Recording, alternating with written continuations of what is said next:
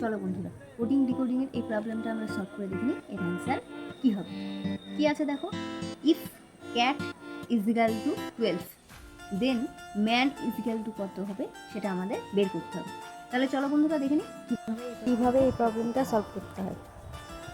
দেখো কী আছে, C is equal two আমরা কত জানি, সি হচ্ছে 3, এ হচ্ছে কত 1, আর পি হচ্ছে আমরা কত জানি, পি হচ্ছে 20। তাহলে কী হলো, 3 + 1 + 20 ইজিক্যাল টু কত হচ্ছে, ইজিক্যাল টু হচ্ছে 24। দেখো 24 ডিভাইডেড বাই 2 করলে কত হবে, 24 ডিভাইডেড বাই 2 করলে হবে হচ্ছে 12। দেখো কী আছে, ক্যাট ইজিক্যাল টু 12।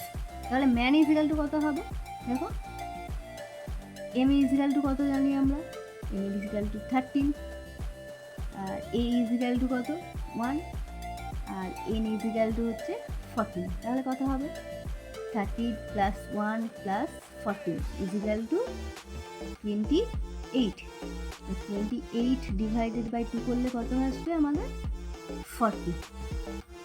তাহলে বন্ধুরা আমার অ্যান্সার কত হবে, অ্যান্সার দেখো 1 হচ্ছে আমাদের অ্যান্সার।